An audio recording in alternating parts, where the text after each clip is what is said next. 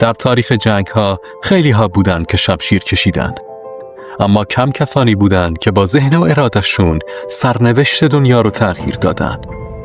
یکی از اونها هانیبال بارکا، فرمانده‌ای از سرزمین کارتاژ در شمال آفریقا بود.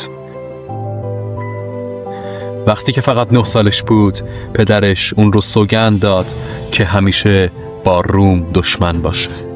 همین قضیه کل مسیر زندگی هانیبال رو ایجاد کرد. سالها بعد وقتی فرماندهی ارتش رو در دست گرفت، جنگ میان کارتاژ و روم دوباره شعله‌ور شد. حالا نوبت عمل بود، اما اون برخلاف خیلی ها که دنبال راه‌های دم دستی و تکراری بودن، تصمیم گرفت خارج از چارچوب فکر کنه. تصمیم گرفت راهی رو انتخاب کنه که به ذهن هیچ فرمانده عاقلی نمی رسید. عبور از کوههای آلپ در شمال ایتالیا با فیلهای جنگی برای رسیدن به دروازه‌های روم. او تمام غیر ممکن بودن این نقشه رو به جون خرید، اما به مسیرش ایمان داشت. زمستون نزدیک بود، هوا سرد و راه سخت بود، اما اون با ارتشی هزاران نفره به همراه چند 10 فیل جنگی راه افتاد. سربازاش می‌لرزیدن، خستگی، گرسنگی و ناامیدی گریبانگیر همه بود.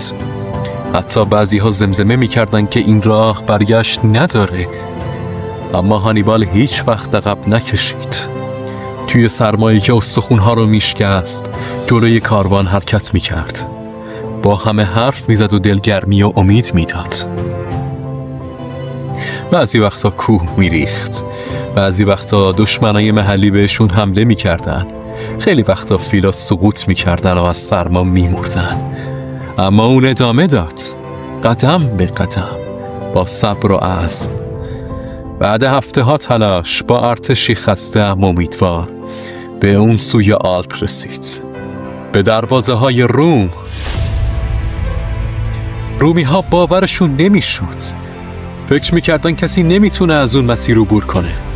اما حالا دشمن قسم خورده‌شون جلوی اونها ایستاده بود، آماده برای جنگ. کمی بعد در بسیاری از جنگ‌ها که در خاک ایتالیا رخ داد، هانیبال بزرگترین ارتش روم رو محاصره کرد و توی هم کوبید. شکستی که قرن‌ها بعد هنوز هم در تاریخ نظامی به عنوان یکی از شاهکارهای تاکتیکی شناخته میشه. اینجا پایان کار نیست، اینجا آغاز درس‌هاییه که میتونیم از مردی یاد بگیریم که نه با قهر، بلکه با جسارت، اراده و فکر متفاوت و ایمان به هدف خودش از دل کوه گذشت. شاید امروز به فیل جنگی احتیاج نداشته باشیم، شاید دیگه لازم نباشه از آلپ عبور کنیم، اما هر کدوم از ما آلپ خودمون رو داریم. ممکنه اون کوه تردیدهامون باشه، ترس از شروعمون باشه، ترس از شکستمون باشه، یا حتی صدایی که توی ذهنمون میگه نمیتونی. اما هانیبال به ما یاد داد که وقتی به مسیرت باور داری، حتی غیر ممکن هم میتونه ممکن بشه. اون به جای راههای ساده راهی رو انتخاب میکنه که همه ازش میترسیدن، راهی که در نگاه اول دیوانه‌وار به نظر میرسه، ولی درست همون راه دنیا رو به زانو در میاره.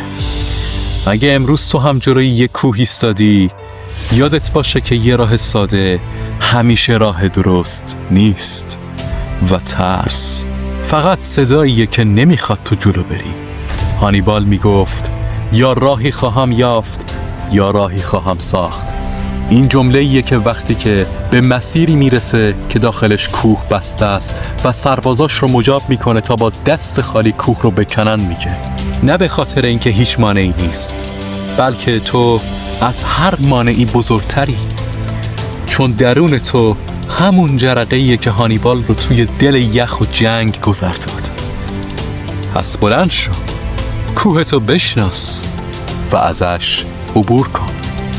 جهان منتظر کسیه که جرأت کنه مثل هانیبال فکر کنه، مثلش قدم برداره و مثل هانیبال تاریخ بسازه.